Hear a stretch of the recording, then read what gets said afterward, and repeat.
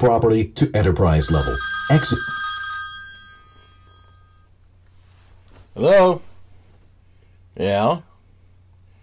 Alright, try, is it plugged in? Oh.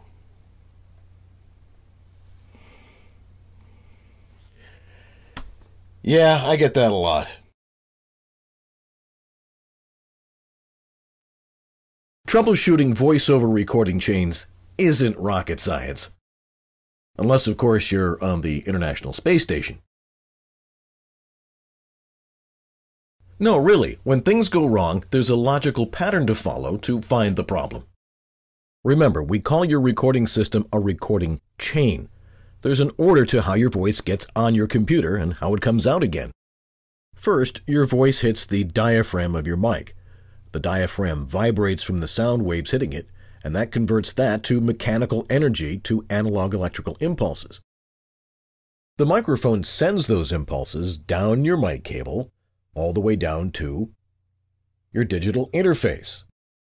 Inside your digital interface, it takes those electrical impulses and turns them into ones and zeros that your computer can understand.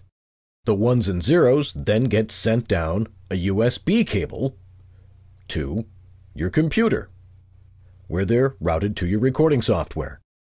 Your recording software manipulates those ones and zeros to your liking, and then, when you hit playback, the entire system is reversed. From your computer to your USB, back to your digital interface. It's taking those ones and zeros, converting them back into analog sound, which then sends them to your monitors or your headphones. Troubleshooting involves finding a weak link in the chain between each component and each individual link, which is one of the cables. And the same goes if you don't hear any playback. There's a connection between your computer, back to your digital interface, and then the connection to your speakers or headphones. Any one of those links or each one of those components could be where the problem is. Clearly, there's lots of things that can go wrong with individual components, but the first place to check is your connections. Check your microphone connections. Make sure that they're clean, make sure there's no dust, things along those lines. Take them apart, put them back together a few times.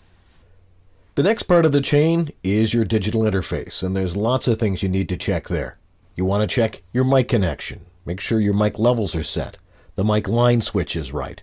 Most importantly, is your phantom power set on or off? And check to see that your output dials are set loud enough. In my experience, solid-state components rarely go bad, except cheap ones. If checking connections, cables, dials, and switches doesn't solve the problem, the next place to look is your OS and software. Go through the logical progression of input and preferences in your operating system.